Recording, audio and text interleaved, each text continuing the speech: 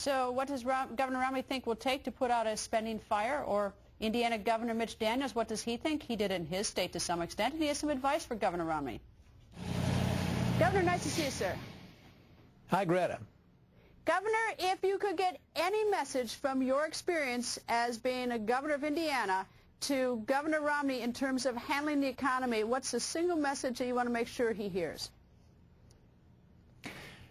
Trust the American people, level with them about the facts, explain that we're going to have to make some changes, and it's all in the interest of low-income people, of young people, of people trying to climb the ladder of success. They're the folks who will be penalized if we keep drifting toward Niagara Falls on the current track.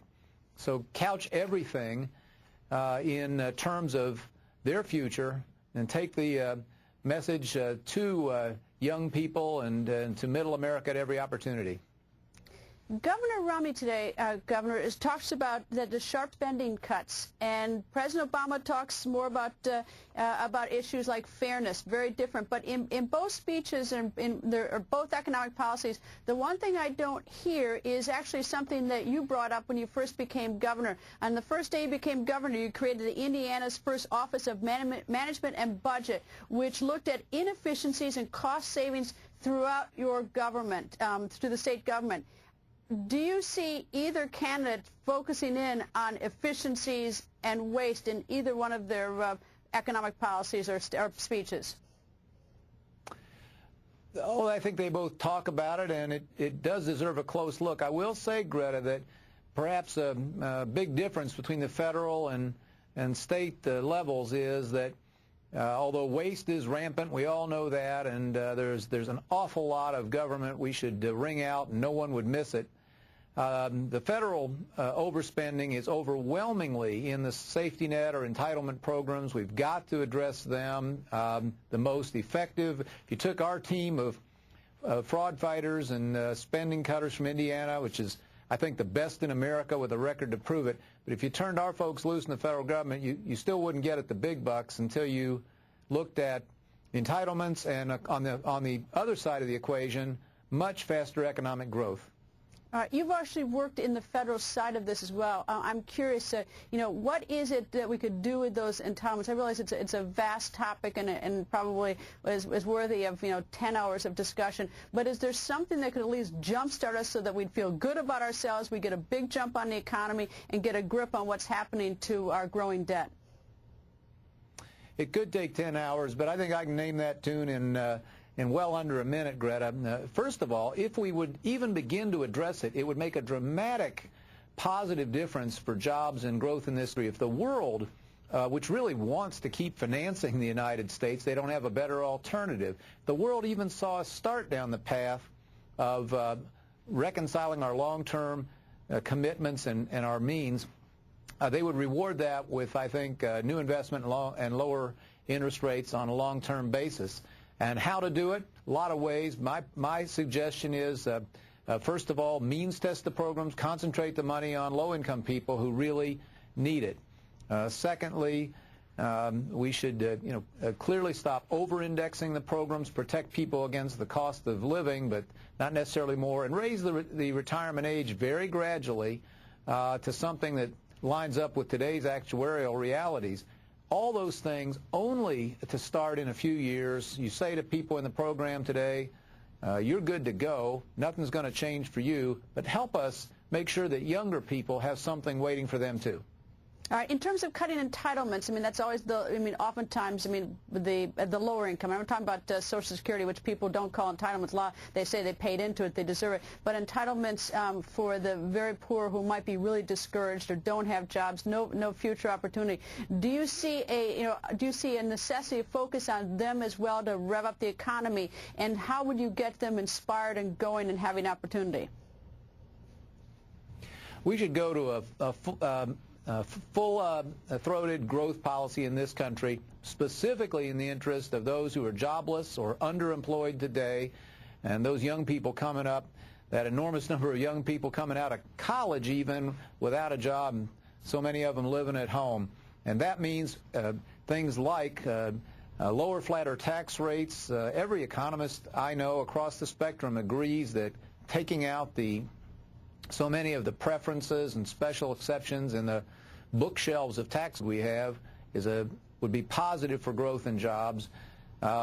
Absolutely maximizing this great new energy opportunity which American ingenuity has created for us. I'm talking about natural gas and oil sands and all the new means of extraction. We can be the energy producer for the world after a couple generations when we were sending billions of hard-earned dollars overseas to meet our energy needs. All right. I know that you're a big supporter of Governor Romney, of course, and he's a fellow Republican, but I'm curious, what is your deepest criticism of President Obama's economic policy? Where in your mind does it fail, or is it on the wrong track? It would be a lot shorter answer if I told you anything I thought they'd done right. They have been regulation crazy. They have piled cost after cost, delay after delay, in the path of those who would hire Americans. They have been for more taxes and the threat of more taxes on a recurring basis, and then as if that wasn't enough to stop economic growth, they have chosen to be sadly divisive, castigating individual businesses, business sectors, even individuals by name. And so they have had as pure an anti-growth economic policy as one could imagine, and no one should be surprised that the economy has responded as it has, that businesses are scared to death to risk any of the money that they have in their treasuries.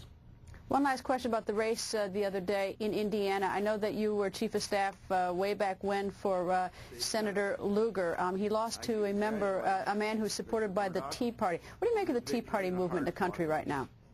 Oh, it's a factor, and it was a factor here in our state. But in this contest, very honestly, the winner, Richard Murdoch, started with 2/3 of the regular Republican county chairman for him and added to that number as he went along.